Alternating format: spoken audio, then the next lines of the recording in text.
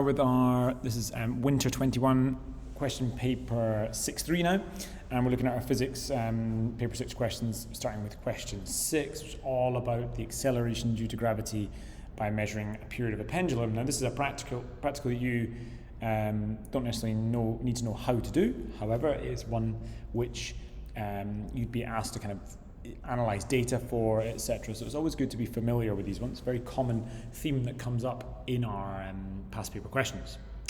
All right, we are told that the student sets up the pendulum, and we've got a distance d there. Always look out for these distances. D, we're clearly going to have to measure that one. Okay, and h may be something to do with that as well. Figure 6.1, we're told, is drawn to a scale of 1/10 full size. Okay, and we're then asked to measure the distance between the height of the point of support to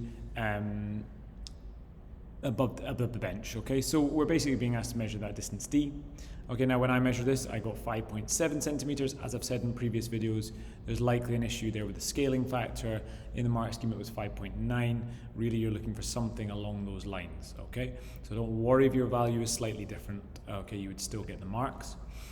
Okay, and then we're asked to calculate the actual distance. Now this is where reading the question is always a good idea.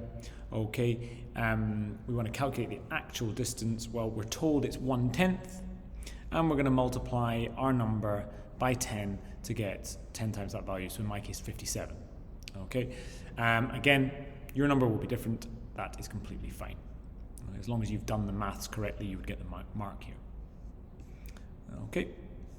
We're then told that they adjust the length of the pendulum and distance d is not changed, and we're told that they take some data. Okay, and we're given a stopwatch here to measure, and again this is one of the key skills you're expected to be able to master. I'm sure most of you were fine with this. This shows 28.4 seconds. Now, you're then asked to fill in the table. So first thing you're asked to do is simply put that 28.4 into the table. Okay, that's the missing slot there. And then you're being asked to calculate.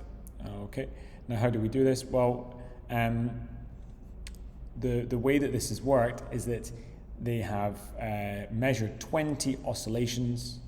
Okay, and so if the time is for 20 oscillations, the period is time for one oscillation, and so we've divided by 20. But I'm getting ahead of myself here, okay? Because one thing, I don't appear to have written in my answer, okay? Maybe because I disregarded it so much as a question. Okay, we're being asked to state how the student could check that the measured values were reliable. Well, if we're going to have to check, then we're going to have to repeat the experiment. Okay, anytime we want to check that our data is reliable, we're going to repeat the experiment. Repeated experiments, repeated values will allow us to make sure that our data is reliable, i.e. repeatable. Okay, so try and not do what I've done here. I've got a little bit distracted, haven't I, by my table. Okay, and remember to write down an answer. I'm sure I was doing this purely because I was getting a bit excited by something else. Okay, we're then asked to fill in the table, and that's the bit I talked about before. If we know the time for 20, then the time for one, i.e. one period, is going to be this time divided by 20, which is 1.42. Okay, and we're then asked to calculate t squared. Now, if you notice here, we've got, you're being actually told to do it to 1 decimal place. So if you did that answer squared, you won't have got 2.0 on your calculator. You will have got something slightly different, maybe slightly greater than 2, slightly greater than 2.0. However, because the question asks you to put it into 1 decimal place, you must make sure you answer it in 1 decimal place. Now, a sort of side note here is kind of interesting if you look at those numbers, because if you notice these top 4 numbers, t squared, are all given to 1 decimal place, and the last one is given to 2 decimal places. Well, that's because generally when we're making tables, we keep the significant figures within one column consistent, and so therefore that bottom one needs an extra decimal place to do that.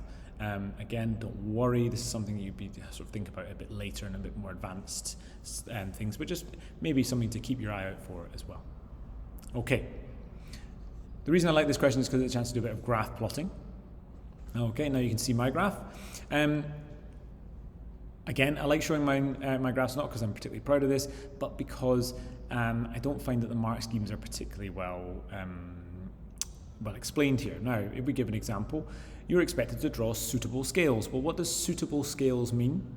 If you notice my scales, if we look at the bottom axis, we're going up in tens. This would be generally deemed a suitable scale. We've got H on the bottom going up in tens. Okay, we're looking for numbers which are easy to deal with. So generally going up in tens is good. Going up in fives is also good. Going up in twos is also okay. Going up in ones is okay as well. Okay, but generally we tend to stay away from threes, sixes, nines, sevens, 22s.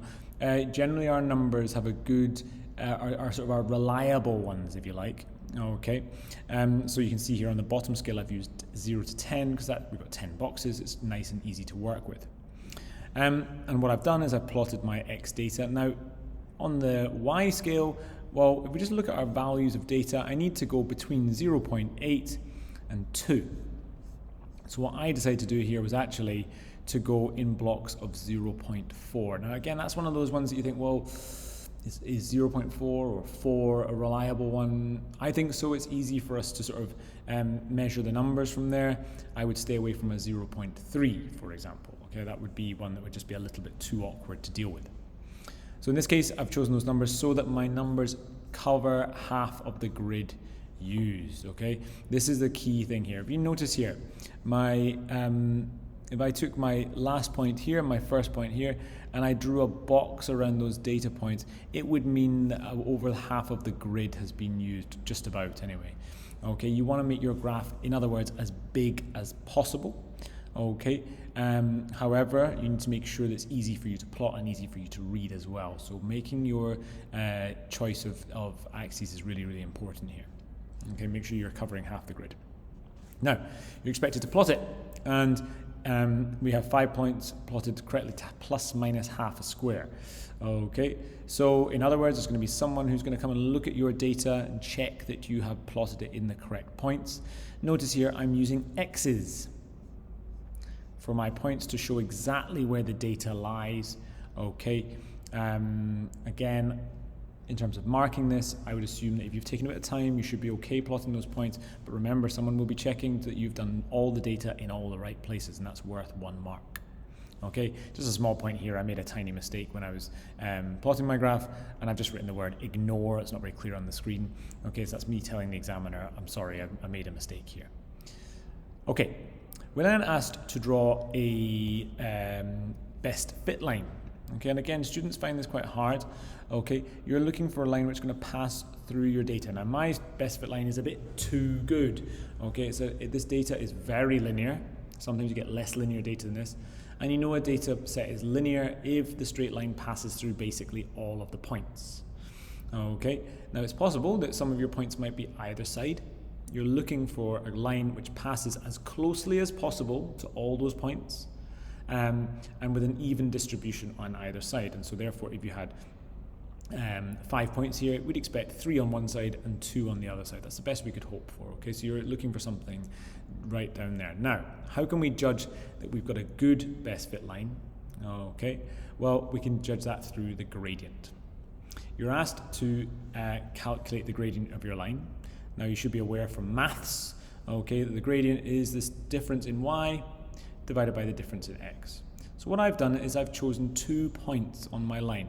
I've chosen this first one, which is a 2.2 and a 5, and I've chosen the second one, which is 0.6 and 45. Why have I chosen them? It's because those are data values, those are points on my line, which lie directly on the line. You notice I'm not using any of my data to do this. I'm not using any of the points given in the earlier part of the question. I'm just reading off from my line. Okay, I'm then going to find the change in y. So that's 0.6 and my 2.2, which is going to give me minus 1.6, just finding the difference. And then I've got 45 minus 5 gives me 40. Okay, now the minus sign here is sometimes troublesome. Okay, it's looking here like you would not get penalized, okay, for that minus sign. All right, you would not get penalized for that minus sign. The reason it's negative is because it's a line which is pointing down. Okay, and therefore you are going to get a negative number. Okay, I've got a negative number, it doesn't matter. Now, I said earlier that we can tell if my graph is a good one from the gradient, and here's how. This gradient has a specific value, okay? This is a value we know from looking at some more advanced laws of physics. We actually can predict the value of this gradient, and the gradient should have a value of approximately 0.04. Now, I've absolutely lucked out here. My value is exactly 0.04. And that's because this is data that's been given to me. The data has been designed to be equal to 0.04. Now, you may be sitting there saying, oh, I didn't quite get 0.04. You're expecting something close to that. And actually, they're very generous. You're allowed anywhere between 0.04 and 0.05. That's plus 0.01 and minus 0.01, so 0.03. So you've got a range of 0.03 to 0.05 here. That is the range of your gradient value. Okay, and that's how we can tell if you've done a good line or a bad one. Okay, now you may have found it quite tricky to do this, drawing the line.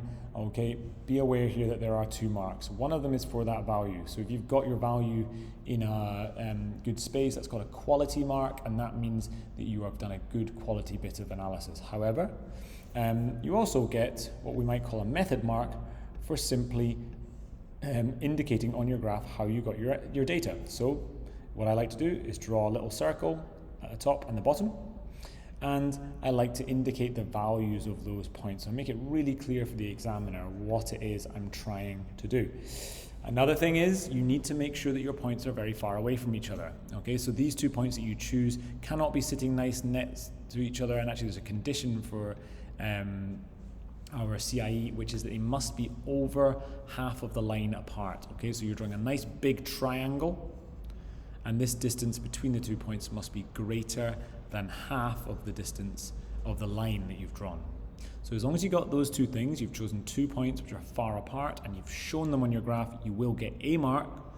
Whether you get the second mark is for that quality, and it's about your value. All right, finally, we're asked to calculate the value of G. Well, we know the value of G, 9.8, 10 in IGCSE physics, 9.81 to those of you who speak A-level or IB physics. All right, you're told that if you want to get the value of the acceleration, what we have to do is take our value of our gradient from the previous question and then divide the numbers. Okay, I had a little error there. I wrote the wrong number, not really sure what happened. 0.395 divided by 0.04 gives me 9.875, which is the value given in the mark scheme. And I've rounded it to 3 significant figures, and so therefore 9.88. Again, it's important here that your value doesn't matter. If you got a value in the previous question of, say, 0.03 instead of 0.04, maybe your line wasn't quite on, you'd still get that question F mark, and you'd still get the question G mark because you're using your data in the right way. If, however, if your gradient was too big or too small, you didn't get the mark here, you can still get the mark on G. This is called an error. This is called errors carried forward, and it means that Cambridge will not punish you twice. Okay, so if you made a mistake here, as long as you use that data in the right way in the second question, you should be absolutely fine. All right, folks, that's enough from me. Okay, we'll look at question 7 in another video. Okay, as ever, if you've got any questions, let me know.